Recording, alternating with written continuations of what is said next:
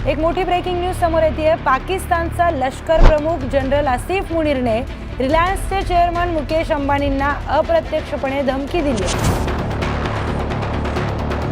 मुकेश अंबानी यांना आसिफ मुनीर नावाच्या या व्यक्तीने असं म्हणतात की पाकिस्तानच्या जनरलनी गंभीर धमकी दिली है। धार्मिक संदर्भ वापरत पाकिस्तान के फील्ड मार्शल जो उनकी आर्मी को कंट्रोल कर रहे हैं, वो आर्मी का कंट्रोल पाकिस्तान पे रखना चाहते हैं और इसीलिए वो भारत को दबाव में रखेंगे। सर, रिलायन्सचे chief managing director Mukesh Ambani यांना पाकिस्तानमधून धमकी आली आहे अशी मोठी बातमी समोर येते। माझ्यासोबत सिद्धेश सर आहेत, त्यांना विचारूया काय हे सगळं प्रकरण आहे। सिद्धेश सर, पाकिस्तानमधून धमकी आली आहे, काय प्रकरण आहे? पाकिस्तानचे जे लष्कर प्रमुख आहेत ते आपल्याला माहिती आहे की गेल्या अनेक दिवसांपासून फार वादग्रस्त विधानं करताना आपल्याला बघायला मिळालेली आहेत। फक्त गेल्या अनेक दिवसांपासून याच्या आधी त्यांनी अनेकदा वादग्रस्त विधानं केली आहेत आणि आता तर एक त्यांचं जे ट्विट आहे, कथित ट्विट आहे, त्या ट्विटवरनं प्रचंड चर्चा रंगलेली आहे। ते ट्विट नेमकं काय आहे आणि संपूर्ण हे प्रकरण नेमकं काय ते मी तुम्हाला थोडक्यात समजावून सांगण्याचा प्रयत्न करतो। पाकिस्तानचे जे लष्कर प्रमुख आहेत ज्यांचं नाव आहे असीम मुनीर, तर असीम मुनीर यांनी एक ट्विट केलं होतं ज्याच्यामध्ये त्यांनी एक उल्लेख केला होता आणि हा उल्लेख करताना एक फोटो लावण्यात आला। हा फोटो होता रिलायन्सचे CMD म्हणजे chief managing director Mukesh Ambani यांचा आणि त्याच्यामध्ये ट्विटमध्ये असं म्हटलं होतं की सुरह फील आणि मुकेश अंबानी यांचा फोटो ट्विट करत त्यांनी म्हटलं होतं की पाकिस्तान पुढच्या वेळी काय करेल याचा अंदाज तुम्हाला आला पाहिजे। आता हे सुरह फील म्हणजे काय असतं हे जरा समजून घ्यायला पाहिजे, कारण इस्लामिक संप्रदायामध्ये धर्मामध्ये सुरह फील याचा अर्थ विशिष्ट पद्धतीनं घेतला जातो। सुरह फील म्हणजे काय तर अल्लाने शत्रूच्या हत्तींवर पक्ष्यांकडून दगडफेक करून त्यांना भुगा बनवणं असा त्याचा अर्थ आहे।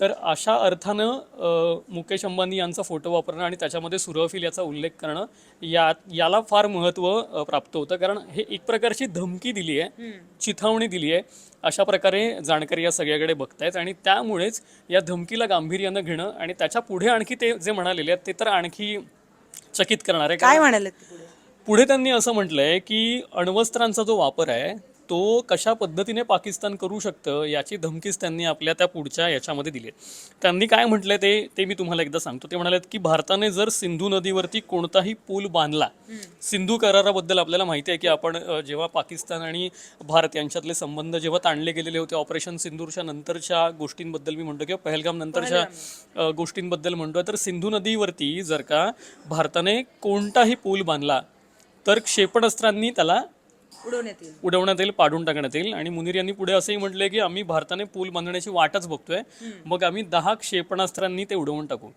सिंधू नदी ही भारताची वडिलोपार्जित संपत्ती नाहीये आणि आमच्याकडे क्षेपणास्त्रांचीही कमतरता नाहीये असाही उल्लेख मुनीर यांनी ज्या देशाचे खायचे वांदे ते आपल्या भारत देशाला सांगतात की आमच्याकडे अण्वस्त्रांची कमी नाही आहे। तर थोडक्यात सांगते, पहलगाम हल्ला झाला होता, त्यानंतर भारताने कठोर भूमिका पाकिस्तानच्या विरोधात घेतली होती आणि तेव्हा सिंधू नदी करार रद्द करण्याचा निर्णय भारताने घेतला होता, पाणी पाकिस्तानचा अडवण्याचा निर्णय घेतला होता।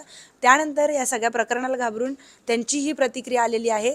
पण सिद्धेश सर, या सगळ्या प्रकरणामध्ये आत्ता काय अपडेट्स आहेत? सगळ्यात महत्त्वाची अपडेट बघायला आपल्याला म्हणावी लागेल की अण्वस्त्रांबाबत पाकिस्तानसारखा देश आणि त्यातही पाकिस्तानचे लष्कर प्रमुख जर का या सगळ्या अनुषंगाने वक्तव्य करत असतील तर त्याकडे गांभीर्याने पाहिलं जाईलच, कारण क्षेपणास्त्र अण्वस्त्र ही ज्या देशाकडे आहेत तो देश त्यांचा वापर जर का चुकीच्या पद्धतीनं करत असेल तर त्याचा परिणाम हा जगावरती होऊ शकतो आणि वेगवेगळ्या पद्धतीनं त्याचे परिणाम जे आहेत ते सर्वसामान्य माणसाला भोगावे लागू शकतात। त्यामुळे पाकिस्तानच्या लष्कर प्रमुखांनी दिलेली ही जी धमकी आहे त्या धमकीला भारताने देखील तितकंच गांभीर्याने घेतलं आहे। भारताच्या परराष्ट्र मंत्रालयाने देखील या संपूर्ण मुनीर यांच्या वक्तव्याचं गांभीर्य लक्षात घेता त्यांनीही एक निवेदन जारी केलं आणि त्यांनी त्या निवेदनामध्ये काय म्हटलं आहे, ते निवेदन इंग्रजीमध्ये आहे आणि त्या निवेदनात त्यांनी जे म्हटलं आहे ते मी तुम्हाला थोडक्यात मराठीमध्ये समजून सांगतो। भारताने असं म्हटलंय की आमचं लक्ष पाकिस्तानचे लष्कर प्रमुख यांनी अमेरिकेच्या दौऱ्यावर असताना केलेल्या कथित वक्तव्यांकडे गेलेलं आहे। अण्वस्त्रांची धमकी देणं हे पाकिस्तानचं नेहमीचंच धोरण आहे, हे आपण याआधी बघितलं, त्याचा उल्लेख आपल्याला या निवेदनामध्ये देखील दिसतो। आंतरराष्ट्रीय समुदाय अशा वक्तव्यांमधील गैरजबाबदारीबाबत स्वतःचे निष्कर्ष काढू शकतो आणि आदेश व्यवस्थेच्या प्रामाणिकबाबतच्या जुन्या आणि ठोस शंकांना बळकटीही देतात जिथे लष्कर दहशतवादी गटांशी हातमिळवणी करून काम करते।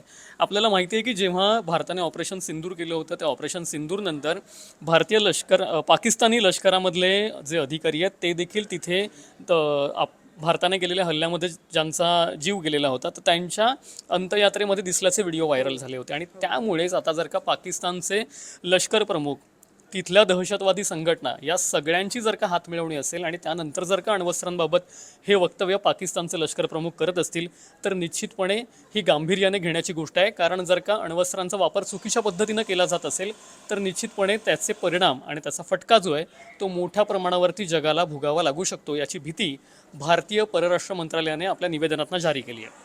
तर निश्चितच अतिशय ही महत्त्वाची आणि मोठी बातमी आत्ताच्या घडीची होती.